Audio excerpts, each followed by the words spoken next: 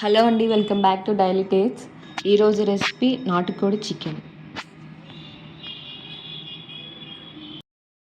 ఇప్పుడు చికెన్ తీసుకుందామండి.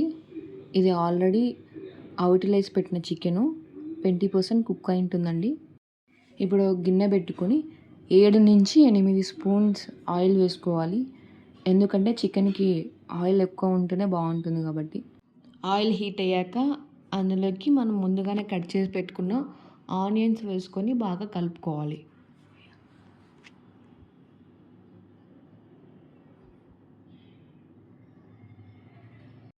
కట్ చేసి పెట్టుకున్న టమాటా ముక్కలు వేసుకొని బాగా కలుపుకోవాలి.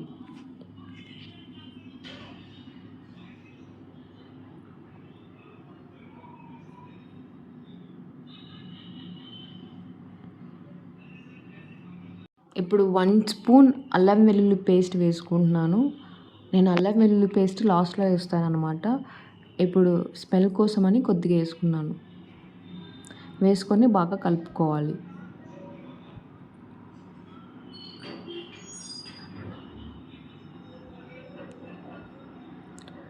కొద్దిగా కసూరి మేతి వేసుకొని బాగా కలుపుకోవాలి.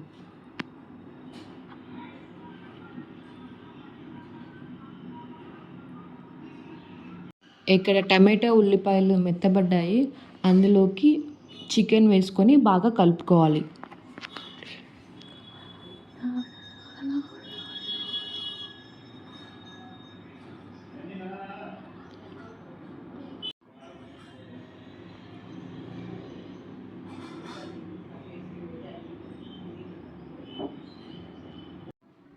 ఇందులోకి మీ రుచికి తగినంత కారం వేసుకోవాలి.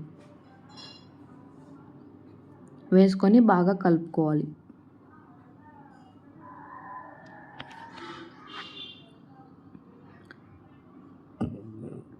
ఇందులోకి 2 గ్లాసెస్ నీళ్ళు పోసుకొని బాగా కలుపుకోవాలి. నేను పసుపు ఉప్పు ఎందుకు వేయలేదంటే ఇది అవిటిలో వేసి పెట్టిన చికెన్ కాబట్టి అందుకే వేయలేదు. ఒకవేళ సరిపోకపోతే నేను వేసుకుంటున్నాను. ఇక్కడ కొద్దిగా ఉప్పు, కొద్దిగా పసుపు వేసుకొని బాగా కలుపుకోవాలి.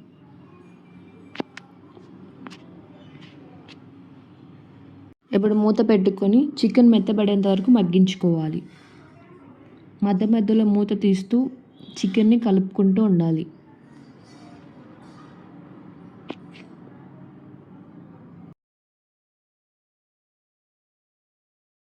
ఇప్పుడు మూత తీసుకొని ఇక్కడ నాకు చికెన్ మెత్తబడిపోయిందండి.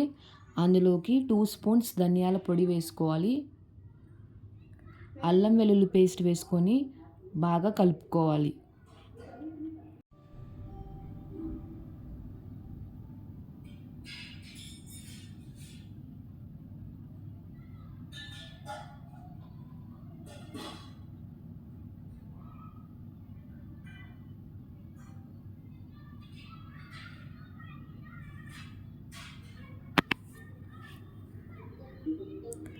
ఇందులోకి కొబ్బరి పొడి వేసుకొని బాగా కలుపుకోవాలి. లాస్ట్లో కొత్తిమీర వేసుకొని బాగా కలుపుకొని ఆయిల్ పైకి తేలేంత వరకు మగ్గించుకోవాలి.